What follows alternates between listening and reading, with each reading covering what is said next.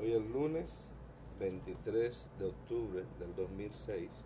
En este momento son las 9:45 de la mañana y vamos a iniciar una conversación, porque es así, con la profesora Milagros Concepción, que es una de las figuras que tomaron parte en la Revolución de Abril de 1965. Buenos días, profesora. Buenos días, ¿cómo están? Para que hagamos una pequeña distensión y nos vayamos ubicando, díganos dónde usted nació, cuándo nació.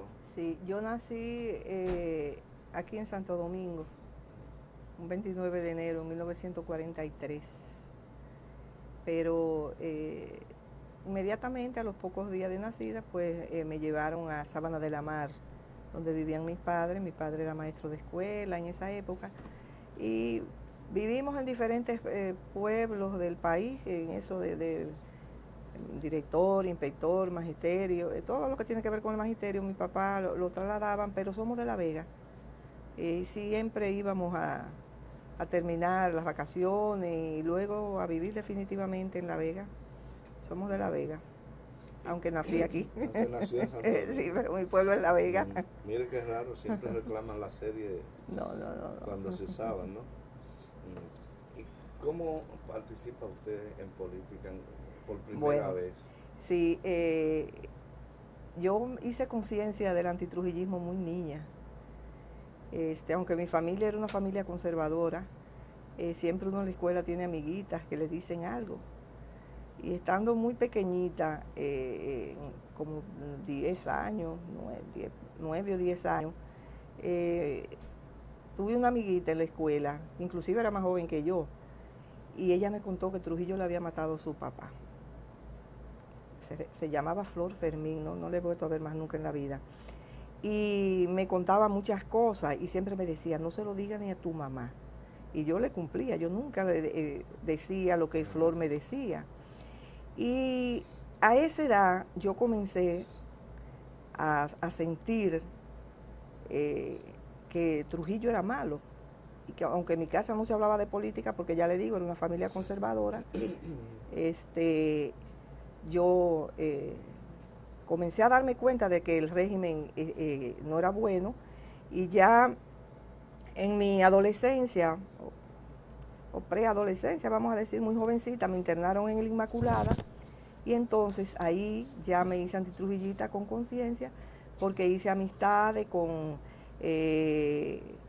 Eladia Rodríguez, parienta de Juancito Rodríguez, hija de Rodrigote, que luego estuvo preso en la 40, era una de mis mejores amigas, y también me contaba cosas. Y algunas compañeras de curso que eran de Conuco, que estaban relacionadas con la Mirabal, estoy hablando de los años 58, 59, entonces hice conciencia, y cuando salí de la Inmaculada salí una antitrujillista loca por militar en el movimiento antitrujillista, pero en esa época, pues ustedes eran células de ya muy organizadas y de gente muy comprometida, pero me fui acercando con la juventud, mis amigos en esa época, y casi toda la juventud, toda la clase media en La Vega, pues era antitrujillista. Y entonces nos formábamos círculos para oír música, pero en realidad lo que íbamos era a comentar la situación. En eso vinieron los compañeros por Constanza, Maimón y Estero Hondo. Fue ese gran hecho que sacudió, ¿verdad?, a toda la juventud del momento, y ese fue como el detonante para uno comenzar a buscar lecturas y a que lo orientaran, y ya de manera comenzar a participar en pequeñas cosas, como de regar volantes, y participar en los sermones, en las misas de Monseñor Panal, que eso el solo hecho de uno ir a las 5 de la mañana a la misa de Panal, ya se sabía que uno estaba, era un mensaje, ¿verdad? Que se estaba de acuerdo con Panal y que no estábamos comulgando con el régimen. y la familia, claro, comenzó a preocuparse, pero eso fue un movimiento, bueno, que de ahí como la juventud no se pudo parar. Nos involucramos y cada día más, muy jovencita, como le digo, y bueno, cuando el 14 de junio sale a la luz pública, en el 61, cuando sueltan a Manolo y forman el 14 de junio, pues inmediatamente se refila en el 14 de junio la primera directiva, que estaba encabezada por Rodrigote, el señor este que le mencionaba, papá de mi amiga Eladia. Duró poco tiempo.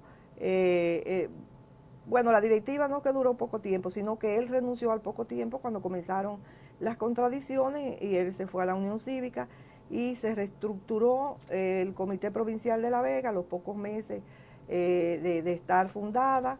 Pusieron un nuevo presidente e inmediatamente yo pasé a formar parte de esa primera directiva, porque siguió siendo la primera directiva, aunque cambiaron el presidente y entraron algunas personas más jóvenes a formar parte de ese comité provincial como vocales, que no estábamos, ¿verdad?, iniciando, aunque todos no estábamos iniciando, pero en la dirección, Juancito Martínez, José Peralta, ya eran personas que tenían una lucha antitrujillista larga, reconocida, algunos venían ya de la 40, y desde ese primer momento comencé a tener responsabilidad dentro del 14 de junio hasta mientras existió el 14 de junio. Usted habla de la misa del Padre Panal. Sí, sí. ¿Qué características tenían? Bueno, eran unas misas como todas las misas, pero él hablaba cosas que se consideraban antitrujillistas. Por ejemplo, cuando mataron a las Mirabal, él habló de eso en la misa y dijo que como señal de protesta fuéramos a esa misa siempre con algo negro, vestidas con algo negro. Algunas personas iban descalzas en protesta y ya eso era una forma de protestar, ir a la misa de 5 con un manto negro, una mantilla o una ropa. Algunas señoras allá en La Vega iban descalzas como penitencia. Y siempre se hacía alusión a la injusticia, a los presos políticos, y íbamos muy pocas personas. Sí, pero y siempre en la puerta estaban vigilando los espías, la gente del CIN, y molestaban a uno, nos seguían para atemorizarnos. Pero bueno, eso en La Vega se desembocó en un ataque a la casa curial, a pedradas por parte de los paleros. Y al 14 de junio, inclusive a mi casa, le tiraron ese día muchas piedras, rompieron ventanas. Eso fue el 18 de abril del 62. Sí. ¿Se dieron todos los actos el mismo día? ¿Ataque a la iglesia? Sí, porque era la misma calle.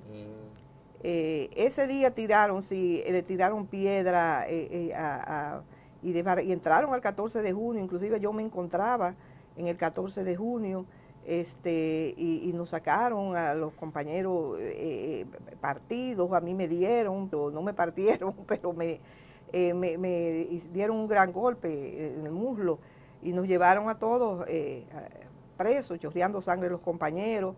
En la misma calle también estaba, porque los pueblos son así, en La Vega era pequeña en esa época, la policía estaba a una cuadra del 14 de junio, a una cuadra y algo, y mi casa como a 2 cuadras, y todo el mundo en la calle mirando cómo nos sacaban.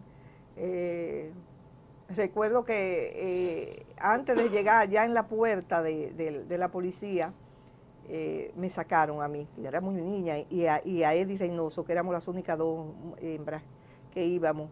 Y parece que creían que estábamos heridas porque estábamos con mucha sangre, pero bueno, Eddie estaba partida en la cabeza, yo no, pero yo tenía mucha sangre de uno de los compañeros que había tratado de pararle la hemorragia en la cabeza, Rafael Franco, y se pegaba de mí y me llenaba de sangre en el pecho y creían, parece, y nos sacaron.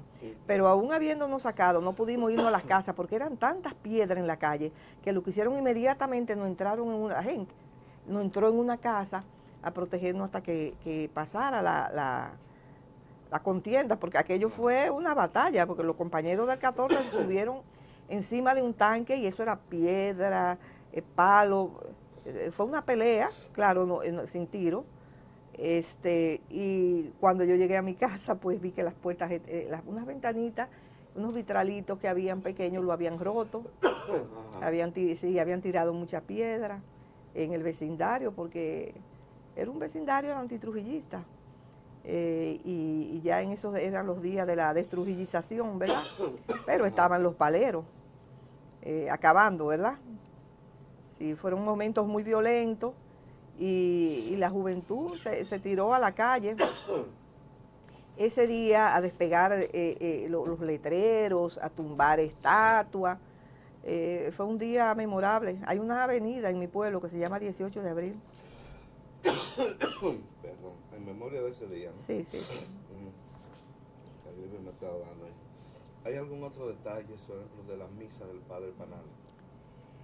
Esos eran los principales detalles, el sermón de él, que siempre hacía alusión a las injusticias y a los presos políticos y a las persecuciones, y eso nos interesaba. Además, era un lugar para reuniones, aunque yo no participaba, porque ya le digo, era muy jovencita y todavía estaba haciendo pinino, ¿verdad?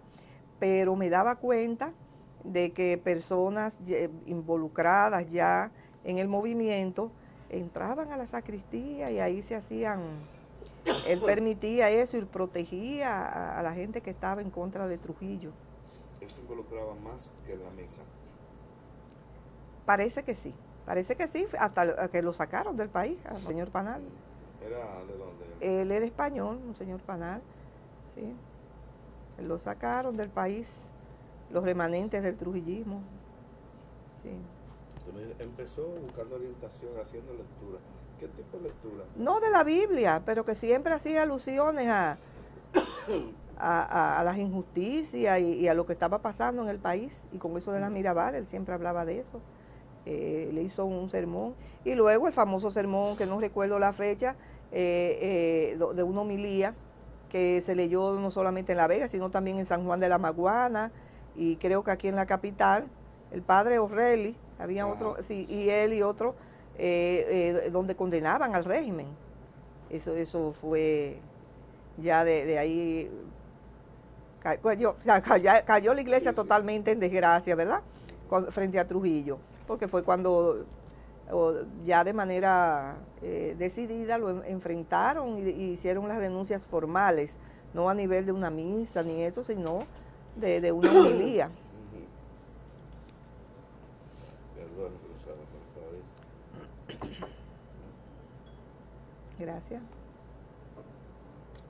Gracias.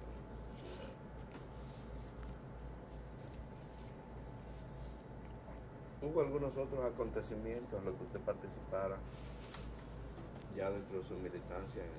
Bueno, El 14 de julio. Sí, muchos acontecimientos, imagínense, fueron muchos años de militancia y éramos una agrupación muy combativa, que respondíamos huelgas, micromítines, marchas, se hacían muchas cosas, preparación luego en otros momentos, porque en esa época la idea que teníamos los grupos de izquierda eran ideas foquistas, no hay que olvidarlo, y siempre nosotros estábamos involucrados preparando algo, aunque no se llevara a cabo, siempre pensando en esas ideas. De la guerra, de la loma, del ejemplo de Manolo, ya después que mandaron a Manolo, ¿verdad? De mi pueblo, muchos de los compañeros de la dirección que participaron en esa guerrilla, o sea que estábamos muy involucrados, y en esa guerrilla participaron varios miembros del comité, nos dejaron prácticamente solo a 2 o 3, y entonces pues uno participaba en todas esas cosas. ¿Y qué? ¿Había otras mujeres que participaban? ¿Eran muchas? Bueno, no. Fíjese que llegó un momento, al principio sí, Al principio participaban muchas mujeres, tanto en todo el movimiento, pero en la medida que las cosas se fueron complicando, las persecuciones, trataban de atemorizarnos, las prisiones, pues no fuimos tantas. Allá en La Vega, en la dirección, siempre estuve yo, y en esa primera directiva habían dos mujeres más. Una pasó muy poco tiempo porque vino para acá, para la capital, que fue Miguelina Galán, para el comité central de aquí, la trajeron como secretaria. Esa más bien era secretaria, sí, hacía el papel de secretaria. Y estaba Maggi Espaillat, que también era vocal, igual que yo, Maggi y yo. Luego Maggi también se casó muy joven, y como en el 64, y ya para cuando estalla la guerra, ya Maggi tenía, en el 63, fue como un año nada más, ya ella no estaba en La Vega, ni no estaba militando, ¿verdad? Pero no, de ahí en adelante quedé yo sola en el comité provincial.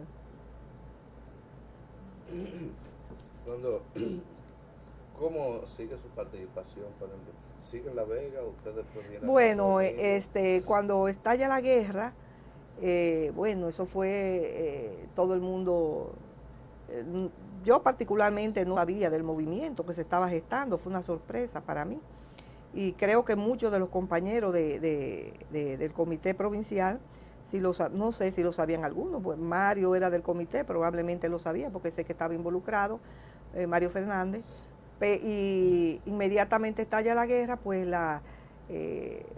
corrimos hacia el partido, estaba cerrado, entonces nos reunimos en el parque, Mario fue, nos dijo que nos explicó lo que estaba sucediendo, nos dijo que él partía inmediatamente. Rafa Gamundi fue, que era PRDista, pero tenía muy buenas relaciones con nosotros. Nos explicaron y nos dijeron que nos quedáramos en La Vega porque no podíamos hacer ninguna acción fuera de las órdenes de la dirigencia, porque era un momento que había que actuar con mucha disciplina. Y un grupo sí se fue de una vez, pero nos dejaron. Nos dijeron que nos quedáramos a gran parte de la directiva, y entonces que nuestro papel era, porque iban a necesitar alimentos y cosas, comenzar a preparar alimentos para mandar en camiones, en camionetas para acá, para la capital. E inmediatamente al otro día comenzamos en la casa de Gladys Abreu, si mal no recuerdo, a preparar sándwiches, latas de jugo, a empacar cosas, y no sé si Negrito Jiménez o alguien de ese grupo que venían a traerlo. Y nos daban la medianoche, que eso en esa época, estar a las 12 de la noche en una tarea, eso era como, poco habitual, preparando las cosas que íbamos a mandar para acá. Esos fueron los primeros días de la guerra. Luego comenzamos a desesperarnos porque no teníamos noticias. Fueron algunos compañeros allá siempre a tranquilizarnos, a decirnos que nos quedáramos ahí, que la guerra se iba a extender. Entonces comenzaron los preparativos de los de San Francisco, lo que si en Igmao, por ahí, que se iban a hacer acciones, que nos tuviéramos tranquilos. Pero yo particularmente no me estaba tranquila. Yo, sabiendo lo que estaba pasando, un buen día llegó la compañera Teresa, justamente, que andaba en una de esas misiones, tenían que ir hasta Santiago, estaban como con la coordinación de tratando con el esfuerzo que se hizo por tratar de expandir la guerra, que luego sabemos todo en lo que terminó. Fue a mi casa, recuerdo que llevó una tela de caqui y me dijo, mira, dame este pantalón. Yo cosía, ya usted sabe, madre, aprendiendo a coser, y hazte un pantalón porque yo creo que tú vas a tener que tomar una decisión, porque además ya los pueblos se estaban complicando con la represión, porque en los primeros días sí, que todas las Fuerzas Armadas estaban de acuerdo, pero desde el 28 de abril, cuando vinieron los norteamericanos, pues la correlación cambió inmediatamente y todo el que los miembros de las Fuerzas Armadas y las dotaciones policiales y del ejército que decían, porque solamente lo decían, apoyar la revolución de abril, pues inmediatamente se cambiaron y ya comenzó a ponérsele muy estrecho a uno el ambiente en el pueblo. Entonces ella me dijo, voy a Santiago, no sé qué cosa, paso por aquí otra vez. Cuando llegó, yo no pude regresar con ella porque tenía que hacer algunos arreglos, pero al otro día vine para la capital. Eso fue en el mes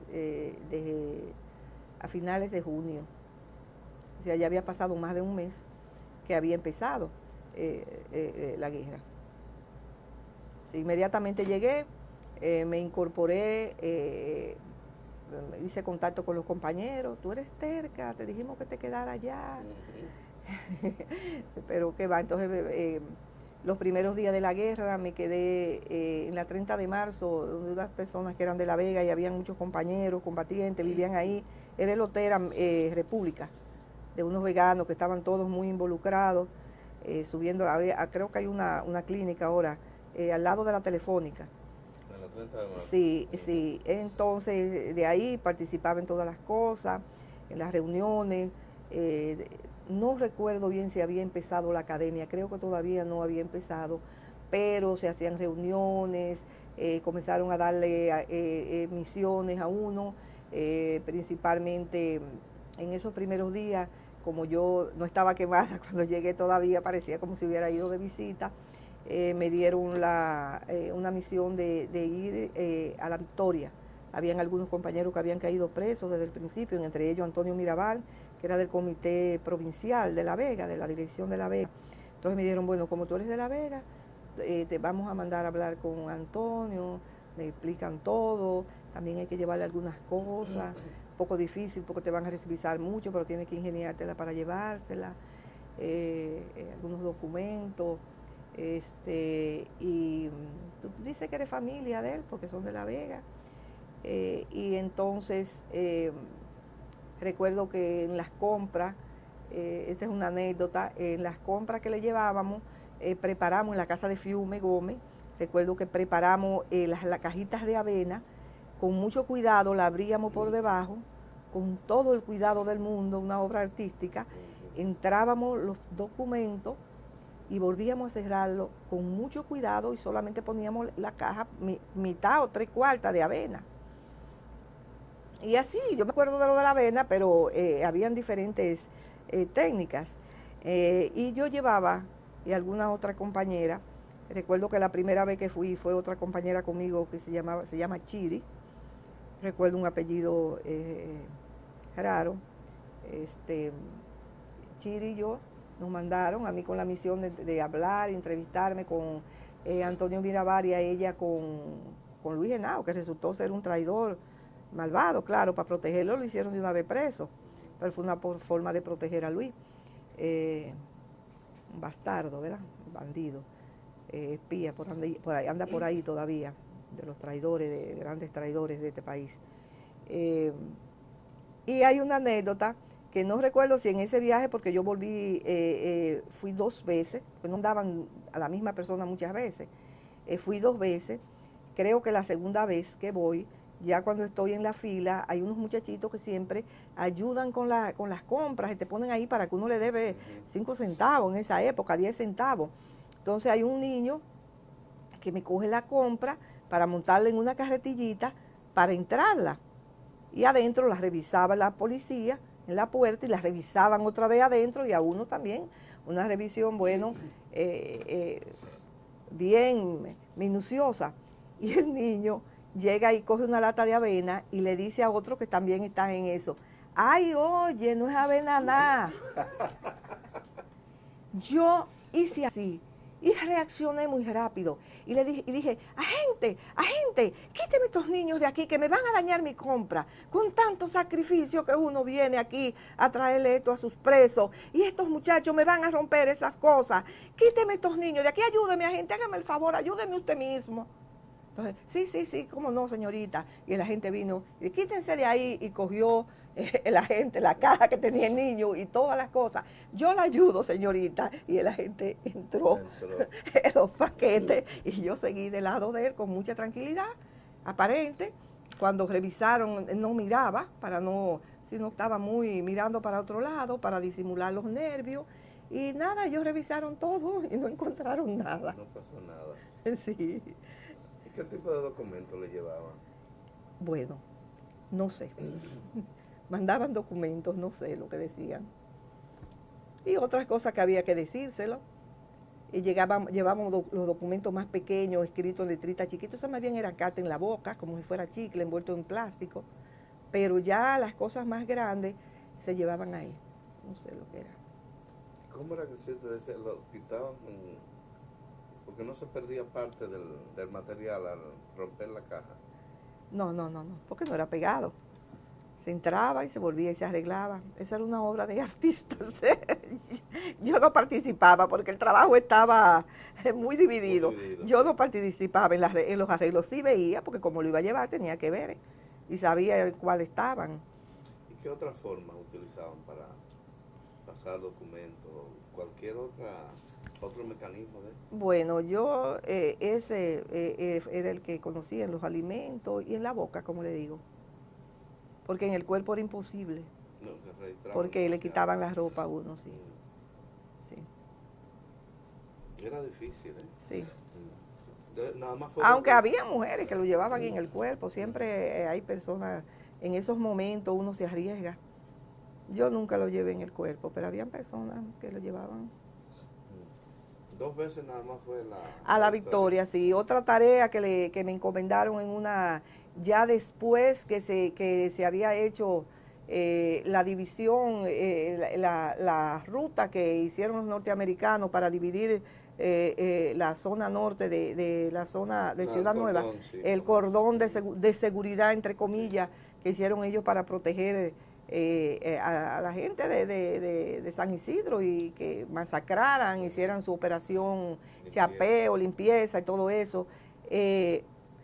Me mandaron en una ocasión a pasar las líneas, también a entrevistarme a una reunión y a llevarle algo a unos compañeros en la parte alta. Fui con una compañera, mandaron 2 personas. Y también fuimos ahí, dejaban pasar a uno, los americanos, miraban, chequeaban, pero uno en ese momento iba con una actitud frívola, de que una carajita que entra y sale, que no está en nada. Creíamos nosotros que podíamos engañarlos, no sé si los engañábamos, pero podíamos cumplir, pude cumplir con la misión que me mandaron. Eso fue una sola vez.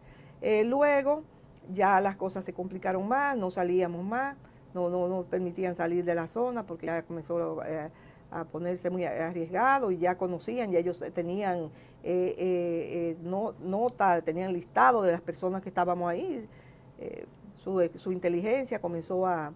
Entonces no nos dejaban salir. Comenzó la actividad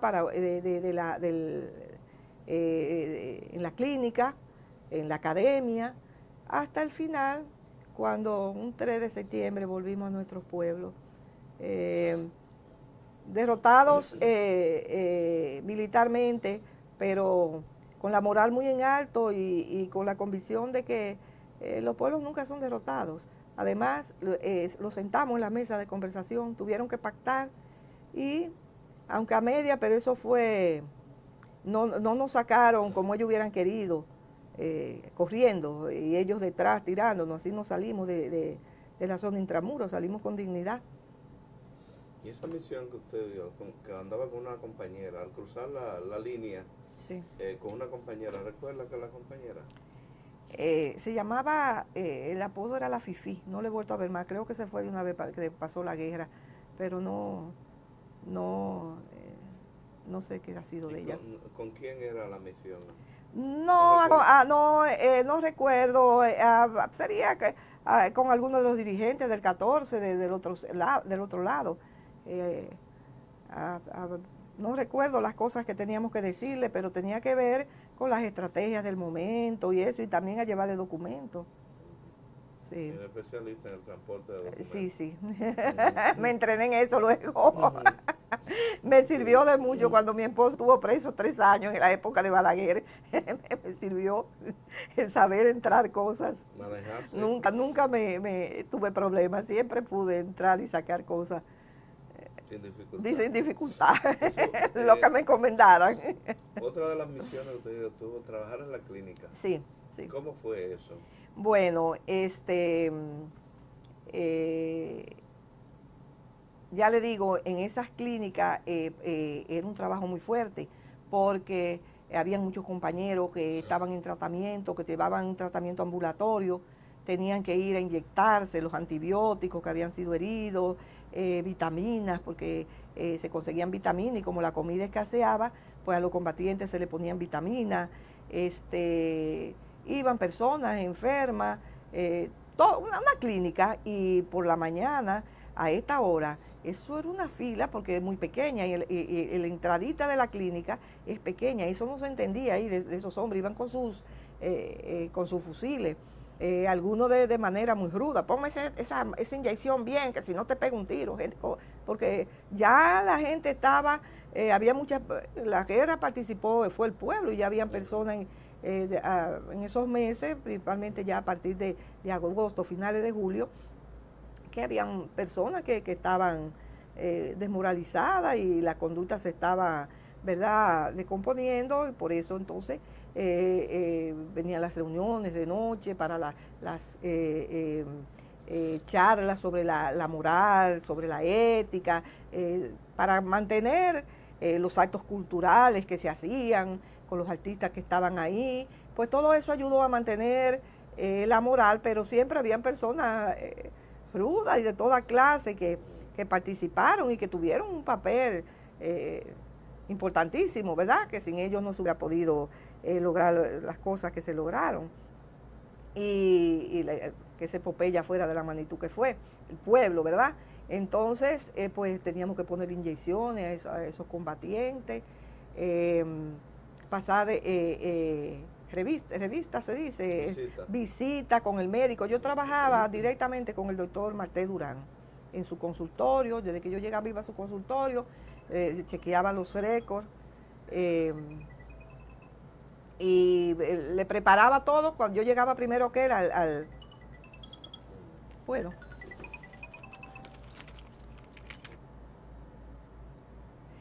Esa clínica estaba dirigida por el doctor Eduardo Segura y José Bautista, que era, José Bautista fue un combatiente, fue guerrillero y era catorcista, y había un grupo de médicos ahí, también del PSD, donde estaba Marté Durán. Como yo le decía, yo trabajaba en el consultorio de Marté Durán, él me enseñó a poner inyecciones, a curar, a cambiar vendas, ese tipo de cosas.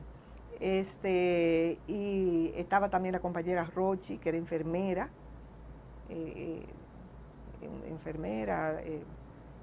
estaba ahí junto con Bautista y Segura dirigiendo todo. Y se hacía un trabajo, eran pocas las clínicas que habían aquí abajo. Estaba el Padre Villini, que era grande, ¿verdad? Estaba Abel González, que se quedaron dando el servicio, y estaba la Clínica San Luis, esa que yo le digo, que estaba en la Padre Villini con Estrelleta. No recuerdo si habían otras más, pero recuerdo esas tres, y entonces a las compañeras del 14 nos dividieron entre la San Luis y la Abel González, porque en el Padre Villini era más bien gente del PRD que estaba. Yo nunca fui al Padre Villini, pero por ejemplo en Matabar estaba en la Abel González, yo estaba en la San Luis, no recuerdo qué otras compañeras, Rochi, que era catorcita, como la mencioné, y habían más mujeres, pero de verdad que no recuerdo, porque eran días tan agitados que uno desde que iba era trabajo, que uno no se sentaba. Al mediodía ya estábamos exhaustas y en la tarde había que ir para la academia, los entrenamientos, que eran muy fuertes. Eran unos entrenamientos muy fuertes que nos hacían hacer en la academia. y en la noche muchas veces las reuniones del partido, las charlas, que yo nunca fui a dar una charla, pero acompañaba a algunas compañeras que sí daban charlas a los comandos, entonces yo para que no fueran solas, porque de noche era peligroso salir de noche, había una oscuridad total, había nerviosismo, cualquiera que anduviera por la calle, en cada esquina había que identificarse, porque quién es, para dónde va, entonces, pero teníamos que ir a esos sitios, a otros comandos, yo la acompañaba, generalmente yo acompañaba a Teresa Espaillat, que iba a Espaillat, que daba unas charlas sobre la moral revolucionaria, sobre ética y todo ese tipo de cosas, y yo iba con ella, opinaba y eso, pero la que tenía la responsabilidad era ella. ¿Qué cantidad de gente fluía diariamente en la clínica? Bueno, yo nunca la conté, pero era mucha, era mucha. Yo le digo, quizás uno lo veía más por lo estrecho que era el espacio. Ese edificio está ahí, todavía es un edificio estrecho, creo que está ahí en la Padre Villini, al lado de la esquina, o de la misma esquina, no recuerdo bien, yo creo que era la misma esquina, Estrelleta. Y entonces el espacio era estrecho de la entrada y por eso quizás se ve, pero la fila era hasta en la calle, ¿sabe? Por la calzada. Por ejemplo, cuando yo tenía que inyectar, eran filas de más de 20. Y siempre estábamos una compañera y yo en eso, y uno pasaba ahí la mañana. Y después para curar gente también eran muchas.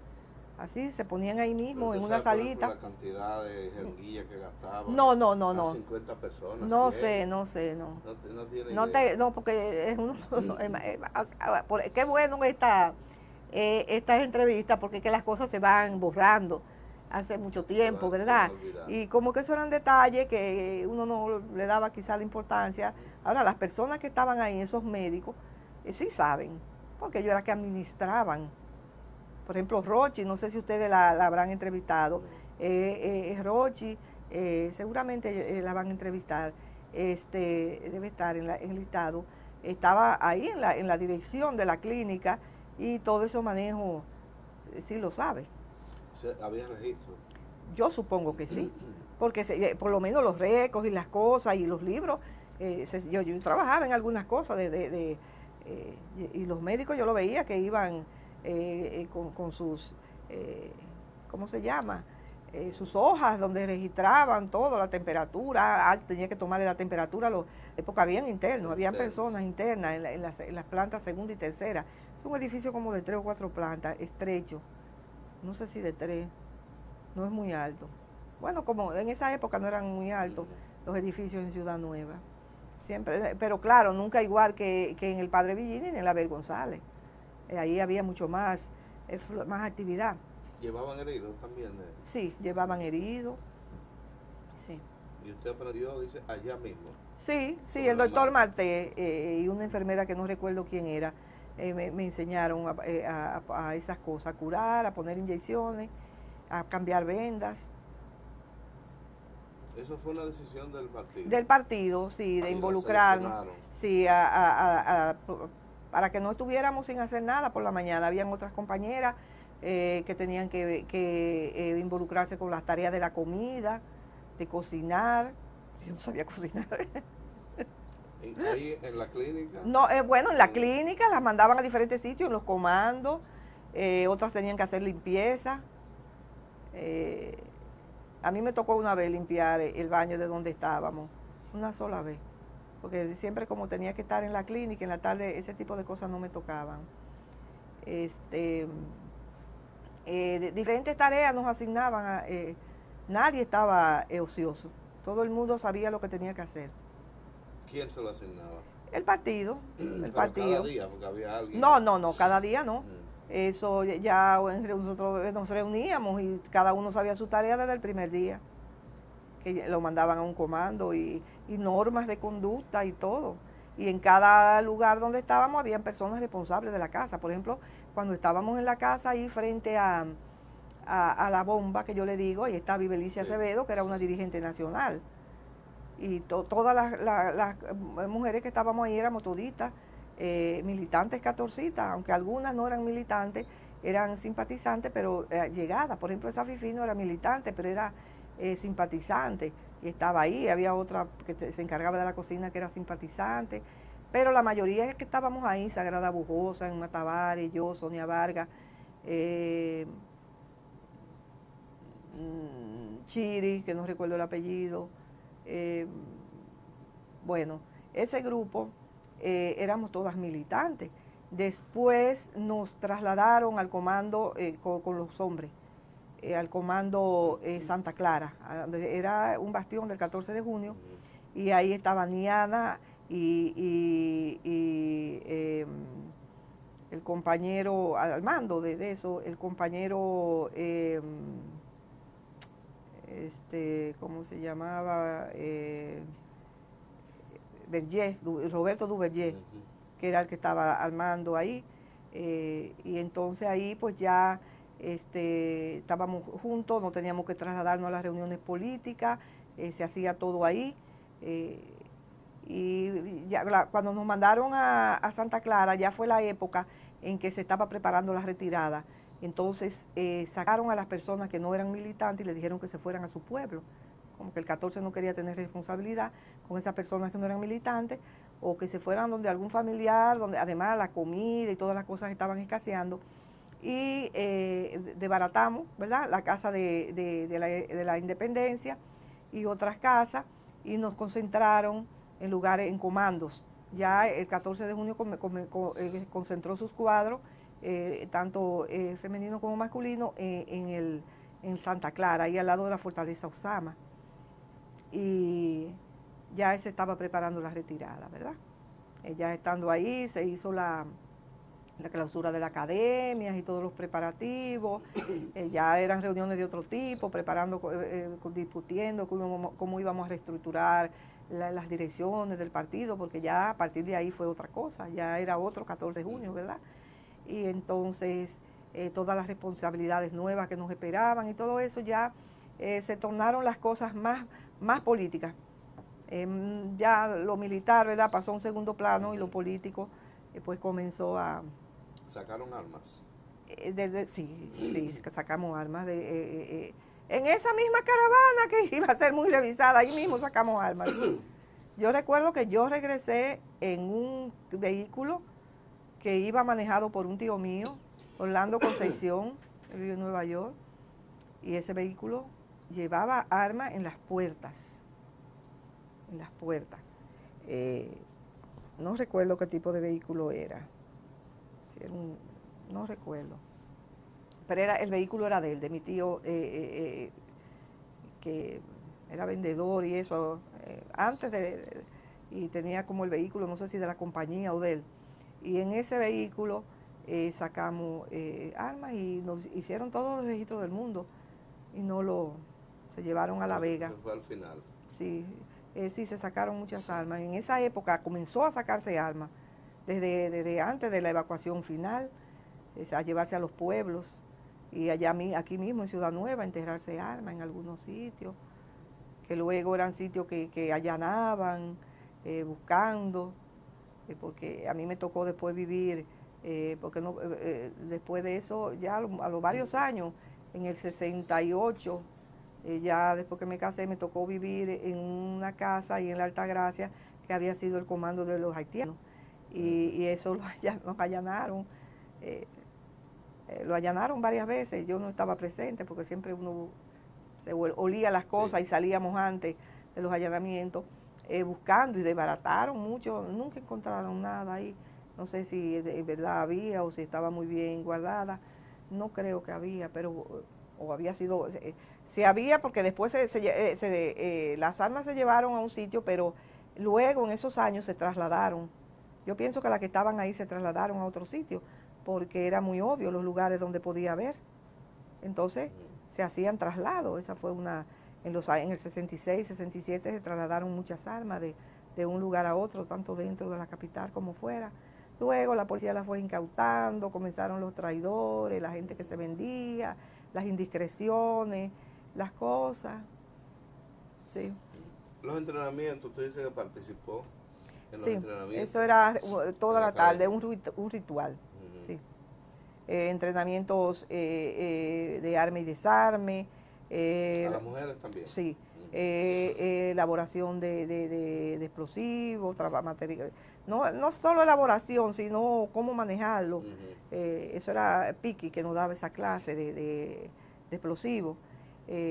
Arma y desarme. ¿Quién le daba arma y desarme? Bueno, al grupo mío Teresa es para allá. Y también un compañero que se llamaba Yuli, no sé si está vivo, Yuli, nos daba, ellos dos, Yuli y Teresa. También ejercicio físico, no recuerdo el entrenador que me tocaba, pero era un hombre, de trepar por escaleras de soga, pasar alambradas, ranear, mucho ejercicio físico, correr, correr con un fusil vacío, no lo ponían a veces de madera. Sí, porque en realidad hacíamos la práctica, pero la mayoría de las que estábamos ahí, raras excepciones, no usamos armas nunca. ¿No llegaron a la necesidad de usar las técnicas aprendidas, por lo menos? No ranearse, por ejemplo, eso sí, sí. Bueno, un día sí tuvimos que hacerlo por necesidad, no por ejercicio. Estábamos en una reunión en el Parque Buena María de Hostos, que era donde estaba la academia. Después que terminamos los entrenamientos, nos quedamos con una reunión con Homero y no recuerdo con quién más.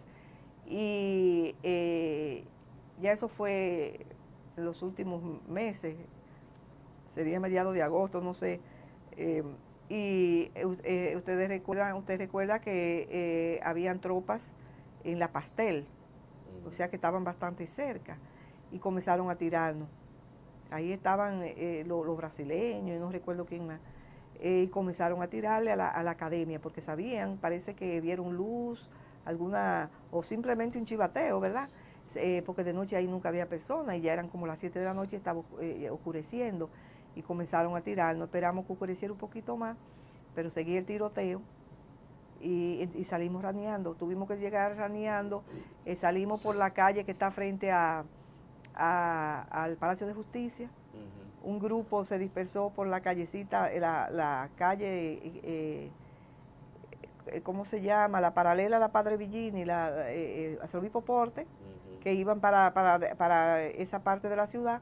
Y las 2 o 3 personas, que éramos mujeres, que íbamos a donde estábamos, a la casa que estaba frente a la bomba, pues salimos por ahí, por atrás de donde está ahora la clínica Abreu, por ahí, por esa parte, sí.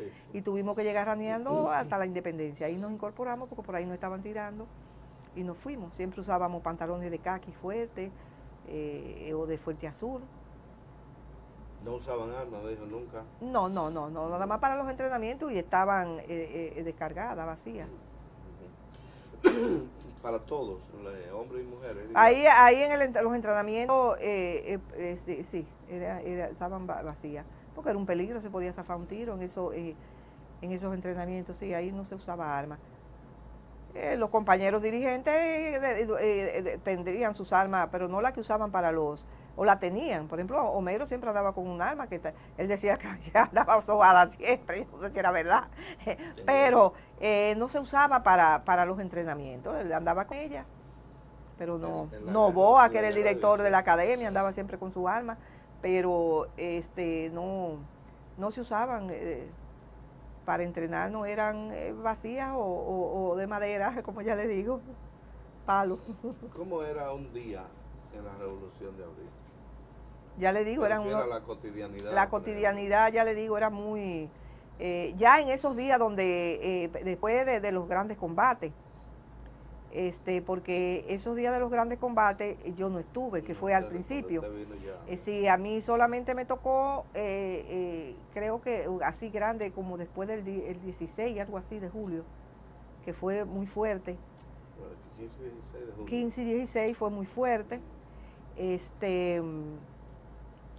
Ahí en la casa con las cosas preparadas, con un bultico preparado para en el momento que tuviéramos que evacuar. Entonces ahí acostadas en el piso, con el bultico, con las ropas y con todo a mano para el momento que nos ordenaran evacuar la zona. Y creyendo que en todo momento iban a volar donde estábamos. pero no salí. Yo particularmente ni las que estábamos ahí salimos de ahí. Oíamos los compañeros por el patio, dándose órdenes, señales y los tiros que se veían, así, las ráfagas. Esa fue la única cosa fuerte. Después hubo otro día que hubo mucho tiroteo, pues no a ese nivel, que fue ya a fines de julio, o no, la fecha no sé, pero ya como que aparentemente habían cesado y se estaba llegando a un acuerdo y ya todo estaba tranquilo, pero hubo una noche en que tiraron mucho y también nos avisaron,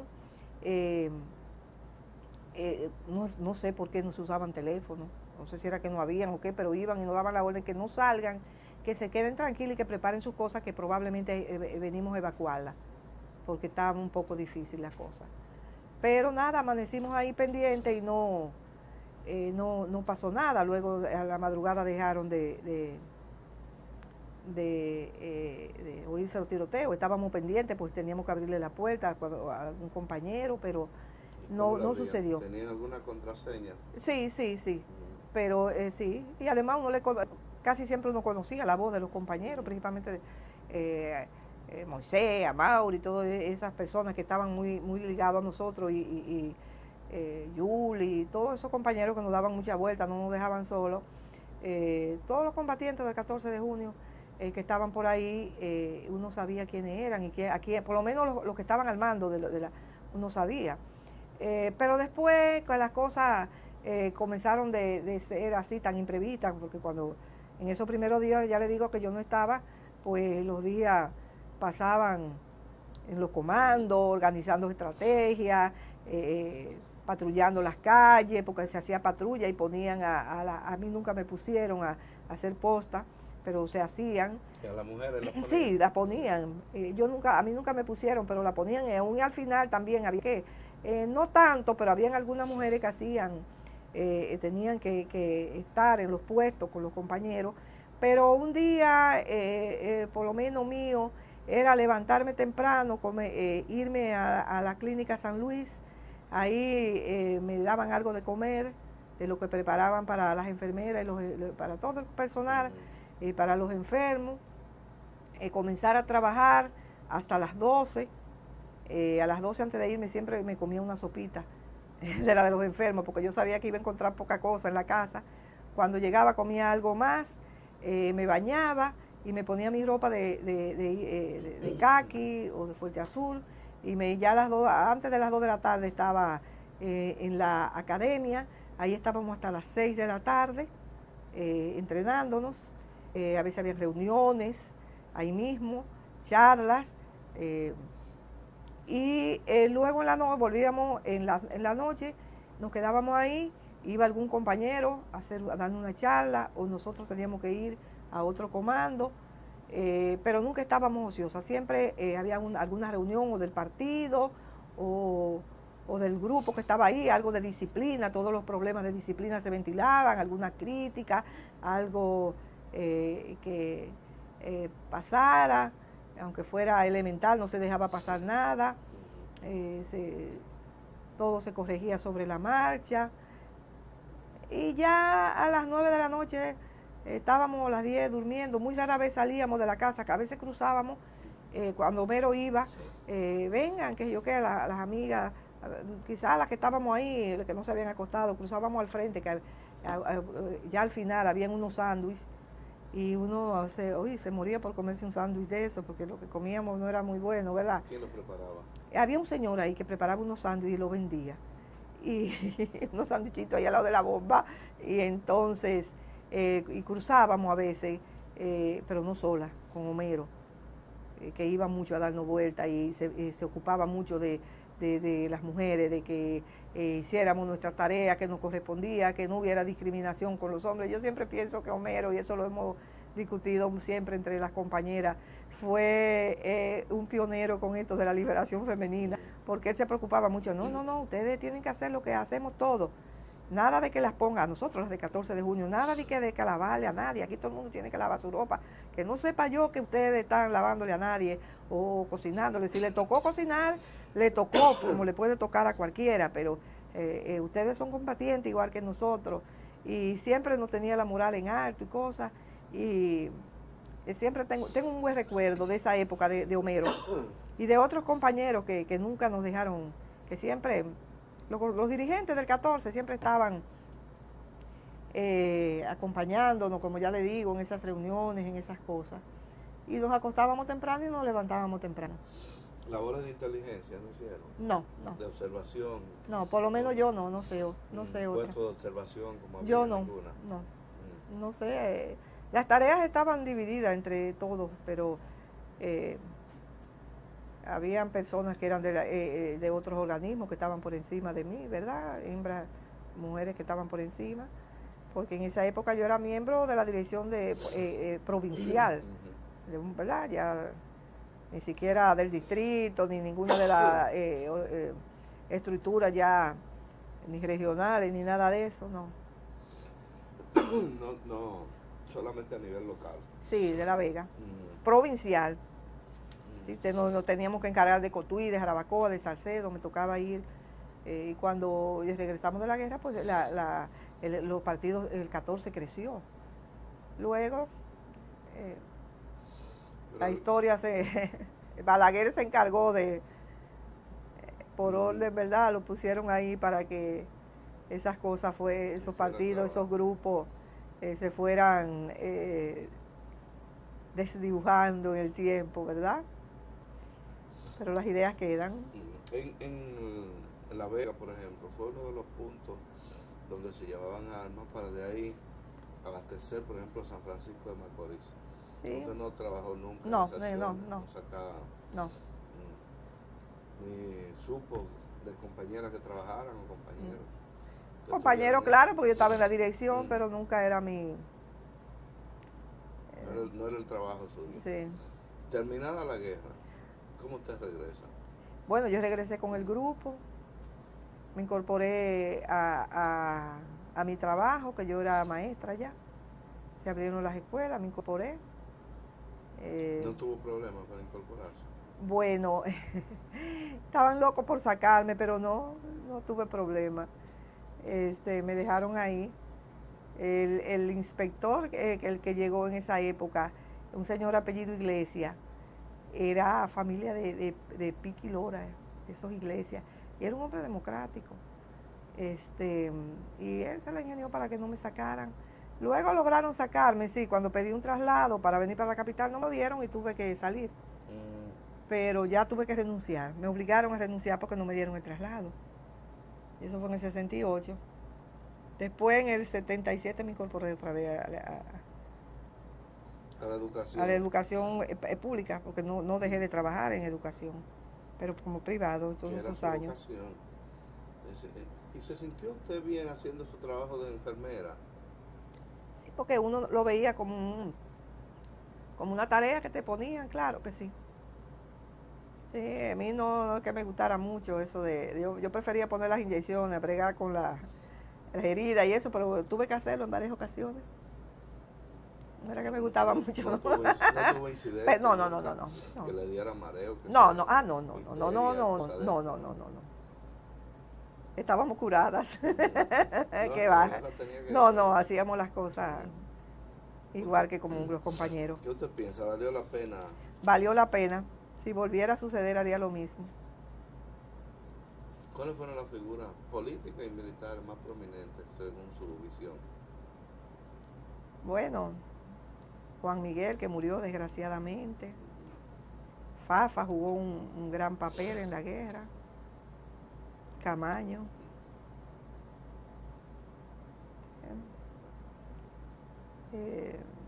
Muchos compañeros, el compañero Baby fue una figura político-militar que hay que sacarle, ¿verdad?, su comida aparte, sí, que murió recientemente. Sí. Homero jugó un gran papel, Homero Hernández, que es de los grandes olvidados. Homero jugó un gran papel en la guerra, una persona con unas ideas bien claras del papel de las mujeres en la sociedad y muy valiente. ¿Sí? Y las compañeras hubo compañeras que jugaron un papel. Teresa jugó un papel muy importante, Cristinita, muchas compañeras, Aniana y Belice, jugaron su papel y todas jugamos un papel porque una desde un puesto y otra, cada uno cumplió lo que se le encomendó de acuerdo a lo que uno podía hacer y a la responsabilidad política que teníamos en ese momento, en el 14. ¿Conoció usted la coronela?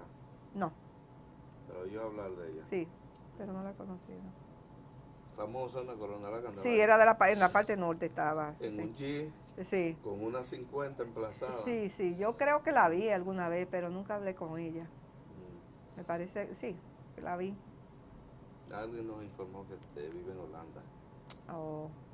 Pero está vivo. Sí. Yo recuerdo que ella una vez fue en ese G hasta la academia, porque ella no estaba en la academia, pero ella fue y digo, mira, coronel, y yo miré si era ella. Pero nunca conversé con ella. Era de la línea militar. Sí.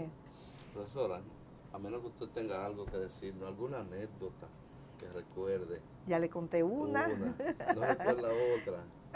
No, hay una anécdota muy buena, pero está en el libro de Teresa, después usted la lee. Sí, está ya reportado. Que dice, Milagros nos comió la cena. Está en el libro. No, si está reportado, no hay problema. Sí, ustedes la leen ahí. La cena era tanta que yo creía que era para mí nada más, y era para el grupo entero. Y yo como buena cibaeña, buena cuchara, llegué primero de la academia, no habían llegado, tenía mucha hambre, iba a salir otra vez a alguna, no recuerdo, tenía un compromiso en la noche, una reunión, una cosa. Yo dije, yo no voy a esperar a las compañeras, yo voy a cenar. Veo esa cena tapada, dije, pensé seguro que ya cenaron.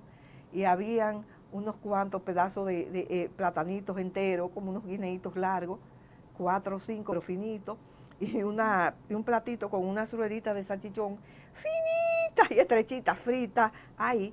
Y yo, en el mismo plato que estaban los plátanos, le eché el salchichón, me lo comí todo. En el momento que me estoy parando de la cena, viene Sagrada y dice, ¿y la cena de las compañeras? Porque ella estaba en la casa, estaba como ese día, porque se turnaban las responsabilidades, ella parece que estaba responsable de ese día y de la casa. Y la cena, digo yo, ¿cuál cena? Y la que estaba era la mía. Y con su dedo, ella era muy jefecita, me hizo así con el dedo en la cara. Compañera, usted es una persona, ¿cómo fue que me dijo? Individualista. Solamente piensa usted se ha comido la cena de todas las compañeras. Esto vamos a tratarlo en una reunión donde usted tendrá que hacerse su autocrítica. Y yo bien asustadita así, no dije nada. No sé qué cena le buscaron ese día, pero oye, yo creía que era para mí sola. Y así era que comíamos un poquito de cosas, sí. Para todo el mundo. Bueno, profesora, muchísimas gracias, porque ha sido un gracias. Muy interesante. Sí. Usted, yo sé que después va a recordar ahora algunas cosas, porque vive, eso fluye. Pero si decide como otro, escríbalo. Exacto. Y lo, sí. lo puede escribir y nos da un toque y nos lo puede pasar también. Muy bien, muy bien. Gracias. Gracias a usted. Uy, ay, espérate que me estaba pisando. Entonces vamos a cerrar hoy el 23 de octubre del año 2006. Ahora son las 10:55 minutos, son 50 minutos de la mañana, hora en la que ponemos fin a esta entrevista con la profesora Milagros Concepción.